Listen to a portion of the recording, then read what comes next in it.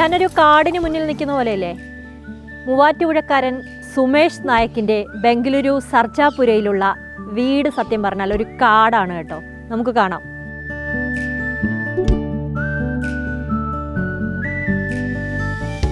പുറത്തുനിന്ന് നോക്കിയാൽ ഇവിടെ ഒരു വീട് സ്ഥിതി ചെയ്യുന്നതായേ തോന്നില്ല. അവക്കാഡോ മരങ്ങളും പേരമരവും സപ്പോട്ട മരങ്ങളും മൾബറിയും ഒക്കെ ചേർന്ന് വീടാകെ പൊതിഞ്ഞു വെച്ചിരിക്കുകയാണ്.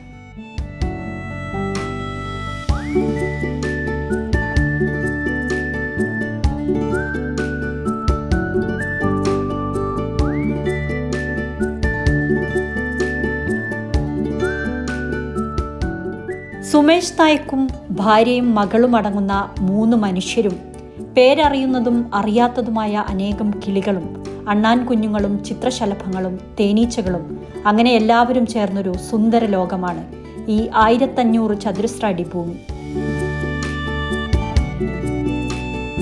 ഇതൊക്കെ എങ്ങനെ സാധിക്കുന്നുവെന്ന് ചോദിച്ചാൽ സുമേഷ് പറയും, മൂവാറ്റുപുഴയിലെ നാട്ടുജീവിതത്തിൻ്റെ ഒരു കുഞ്ഞു കഷ്ണം ബംഗളൂരുവിലെ കോൺക്രീറ്റ് കാട്ടിലേക്ക് കൊണ്ടുവന്നതാണെന്ന്. നമ്മുടെ വീട്ടുമുറ്റത്ത് തന്നെ ഇങ്ങനെ കാണാൻ പറ്റുക എന്ന് പറയുന്ന ഒരു ഭാഗ്യമാണ്. അത് നല്ലൊരു അനുഭവമാണ്. അത് ചുറ്റുവട്ടത്ത് എല്ലാവരും എന്താണ് ഒരു കാട് പോലത്തെ ഒരു വീട്, അതാണ് എല്ലാവരുടെയും ഒരു ഇത്. അപ്പം എല്ലാവരും നമുക്ക് ഇതിൻ്റെ അകത്തുള്ള തമാശ എന്ന് പറഞ്ഞാൽ നമുക്ക് അകത്തുനിന്ന് പുറത്ത് കാണാൻ പറ്റും, പക്ഷേ പുറത്തുനിന്ന് അകത്ത് കാണാൻ പറ്റത്തില്ല. അപ്പോൾ നമ്മൾ ഇവിടെ ഇരുന്ന് ചായ കുടിക്കുമ്പോൾ അല്ലെങ്കിൽ ബാൽക്കണിയിൽ നിൽക്കുമ്പോഴൊക്കെ ആൾക്കാർ പുറത്തോട്ട് നടന്നു പോകുമ്പം അത് പുതിയതായിട്ട് വരുന്ന ആൾക്കാർ അവരിങ്ങനെ തിരിഞ്ഞു നോക്കി പോകും, ഇതെന്താണ് സംഭവം, വീട് കാണാനില്ലല്ലോ എന്നുള്ള രീതിയിൽ. അത് കാണുമ്പോൾ ഒരു സന്തോഷമാണ് മനസ്സിൽ. വീടിന് ചുറ്റുമുള്ള സ്ഥലം മാത്രമല്ല, ടെറസിൽ പച്ചക്കറിയും പഴവർഗ്ഗങ്ങളും ഒക്കെ നട്ടു വളർത്തുന്നുണ്ട് സുമേഷും കുടുംബവും.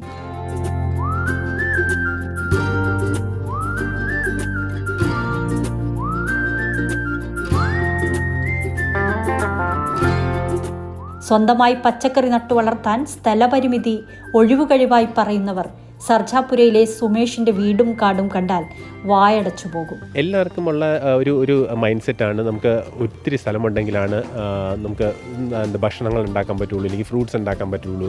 അപ്പം ചെറിയ സ്ഥലത്ത് നമുക്ക് ഗാർഡൻ ഉണ്ടാക്കാൻ പറ്റില്ല. അതൊരു സാധാരണ എനിക്ക് എപ്പോഴും എല്ലാവരും ഇൻസ്റ്റാഗ്രാമിൽ പറയുന്ന ഒരു കമൻറ്റാണ്, എങ്ങനെയാണ് നിങ്ങൾ ഇത്ര ചെറിയ സ്ഥലത്ത് ഇത്രയും ഉണ്ടാക്കുന്നത്? അതൊരു മൈൻഡ് സെറ്റാണ്. അപ്പം അതിനെ ഓവർകം ചെയ്ത് കഴിഞ്ഞാൽ നമുക്ക് പോസിബിലിറ്റീസ് എൻഡ്ലെസ് ആണ്.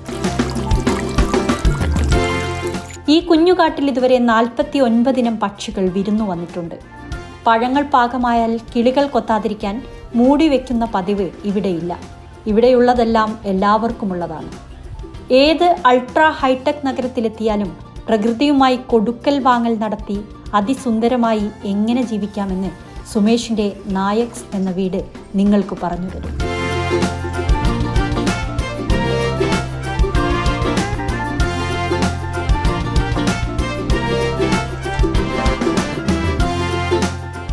വീഡിയോ ജേർണലിസ്റ്റ് റിജോയ്ക്കൊപ്പം reporter Nadeera, in reporter, Bengaluru.